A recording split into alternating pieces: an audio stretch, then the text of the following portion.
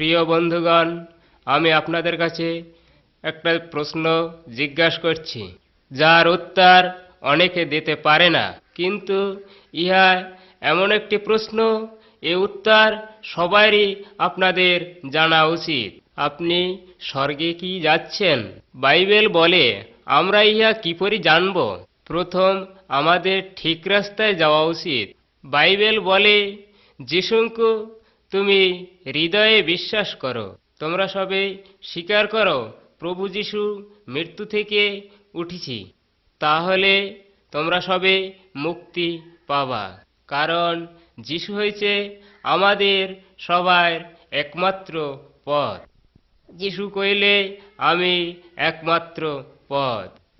আমাকে বিশ্বাস না করলে কেহি স্বর্গকু যাইতে পারবে না।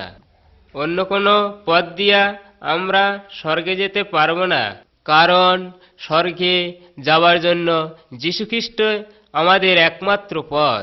যদি তুমি স্বীকার করো তুমি একজন পাপী, যদি প্রভু যিশু তোমরা ত্রাণকর্তা রূপে গ্রহণ করিছ, তাহলে তুমি ঠিক রাস্তায় আছো এবং নিশ্চয় তুমি স্বর্গে যাবা।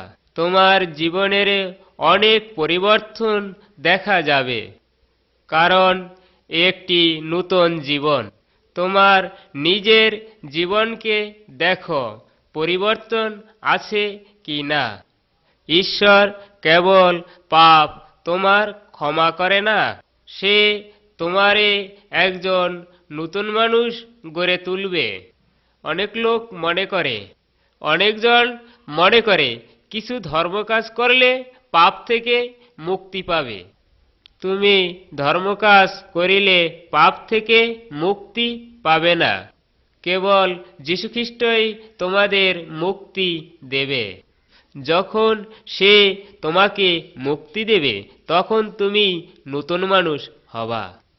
যখন তুমি পাপ হইতে মুক্তি পাইছ এবং তুমি স্বর্গপথেরও যাত্রী হইছ, তখন তার জন্য তোমার সাক্ষী দিতে হবে এবং সে তোমার হৃদয়ে বাস করবে।